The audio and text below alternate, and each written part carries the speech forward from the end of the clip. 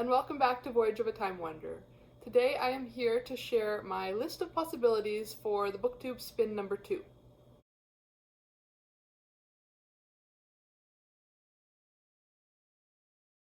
So this is a video that I originally had no intention of filming. I wasn't planning to participate in the second round of the Booktube spin, but as I saw more and more people posting their list of possibilities, I started thinking about what I would put on my own list, and I decided, you know what, I can squeeze one more book into my May and June reading, so let's do this. So the Booktube spin is hosted by Rick McDonald. I'll link his channel down below, and the basic premise is that people put together a list of 20 books, and on the appointed day, Rick will spin a random number generator, and whichever number is chosen, you find that book on your list and read it over the next 2 months. So this is my stack of 20 books.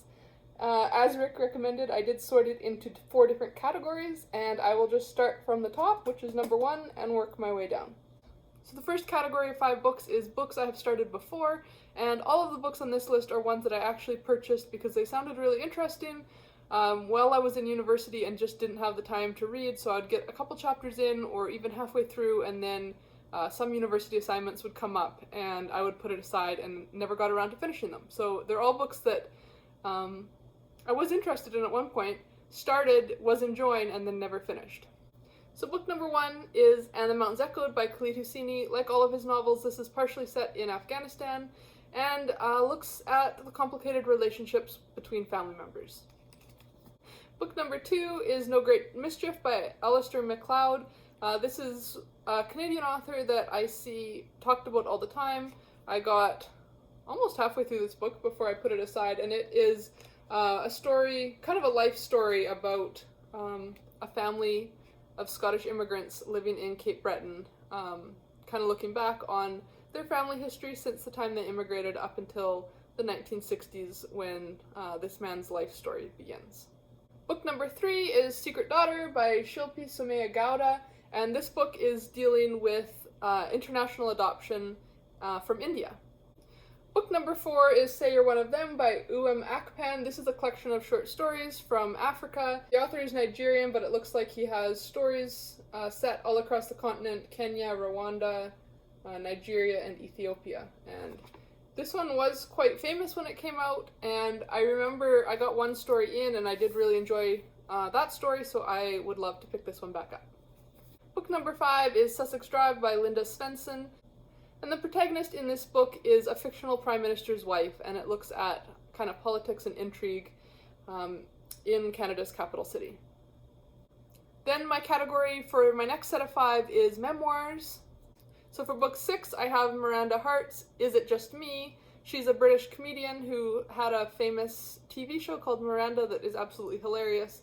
And this one actually could count for the books I've already started because I did get a couple chapters into this one when I picked it up, and it's just really funny.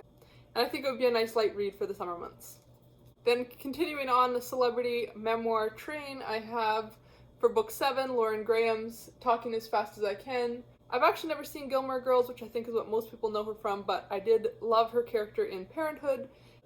And this is just a short little memoir that I picked up at the Take a Book, Leave a Book shelf at my work, and I think it would be interesting to see what she has to say.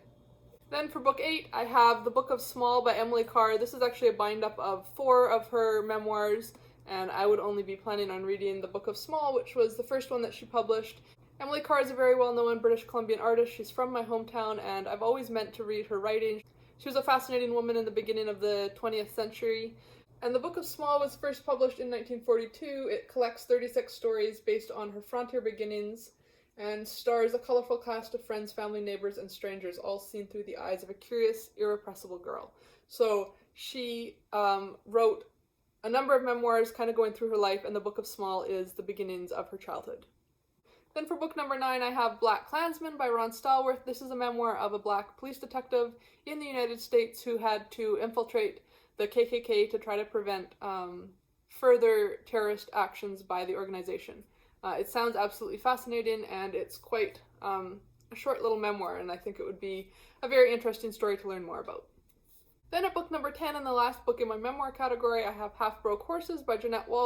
This book is telling the story of the author's grandmother, who grew up in a frontier town and then moved to start a ranch in Arizona with her husband. Lived through the 1930s, the Great Depression, and kind of all the struggles that she faced living in a small town, trying to make ends meet on a farm. I think this would have a lot of relevancy for what my own family passed through during the Great Depression, so I think this would be a really touching read.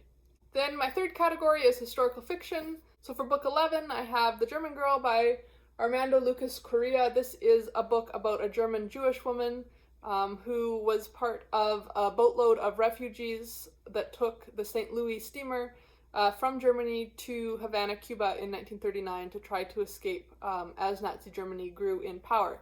And this sounds like it's partially multi-generational, and we're going to jump forward in time when a young girl receives a strange package from an unknown relative in Cuba and has to try to piece together her family's story. Then book number 12, I have The Cellist of Sarajevo by Stephen Galloway. This is, I would say, a modern Canadian classic. I've been meaning to read it since high school. It's set in Sarajevo during the Bosnian War and follows a cellist who tries to bring music to this war-torn city. Book number 13, I have Alice's Tulips by Sandra. This book is set during the US Civil War, which I actually haven't read too many books about, and it kind of has, I guess, quilting themes run throughout. So each chapter heading is a quilt block pattern type, and then it has a little bit of history on that quilt block pattern before we carry on with the story. And it sounds like there's also going to be some element of murder mystery as well, so it sounds intriguing. Then book 14, I have Figures in Silk by Venora Bennett. And this is one that I had just hauled in my book shopping vlog for Independent Bookstore Day. It's set in the court of Edward IV, so right prior to the Tudor period, and follows two sisters, one of whom ends up involved with the king, and the other who marries into a wealthy silk merchant family. Then for book 15, I have Becoming Mrs. Lewis by Patti Callahan. This is another one I picked up off the free shelf at work, and it follows the story of the wife of C.S. Lewis.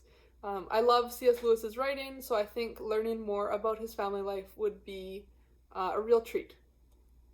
Then for my final category of 5, I chose thriller mystery because I feel like, well, anytime's a good time for a mystery, but I think of kind of paperback thrillers coming out during the summertime.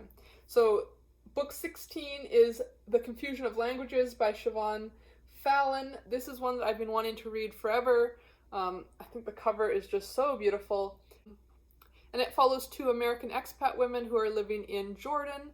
Their husbands both work for the US military, so they have moved to Jordan during their husband's placement there with the military, and one of them goes missing, and the other one has to try to figure out what clues she knows about her friend's disappearance. Then book number 17, I have Tinker Tailor Soldier Spy by John le Carré. This is a classic espionage thriller. I saw the movie when it came out and really enjoyed it, but I don't remember much of the plot, so I think I would still get a lot of enjoyment out of reading the original text. Then book number 18, I have another classic, Live and Let Die by Ian Fleming. This is the second in the James Bond series. I really enjoy the James Bond movies, and I've been meaning to pick up more of the books that inspired the movies. I read the first one, Casino Royale, a few years ago, so this is number 2 in the series. Book number 19, I have The Woman in Cabin 10 by Ruth Warr. This book is about a travel journalist who is following the maiden voyage of a brand new cruise ship, and she witnesses a woman go overboard, but as she tries to make investigations, it turns out there's no record of this woman ever having been aboard the ship in the first place, and the story unfolds from there. I don't usually read these kind of thrillers, but the premise sounds interesting, and the cruise ship setting sounds perfect for summertime. Then book number 20, and the final book on my Booktube spin list, is Noughts and Crosses by Ian Rankin. This is a detective novel set in Edinburgh, Scotland. I love Scottish mysteries, so I'm hoping that this will be another series that I fall in love with. So that is my extensive Booktube spin list of possibilities. I'm excited to follow up with Rick's video tomorrow to find out which book I'll be reading, probably in the month of June. Until next time, enjoy wandering through the pages of a good book. Bye.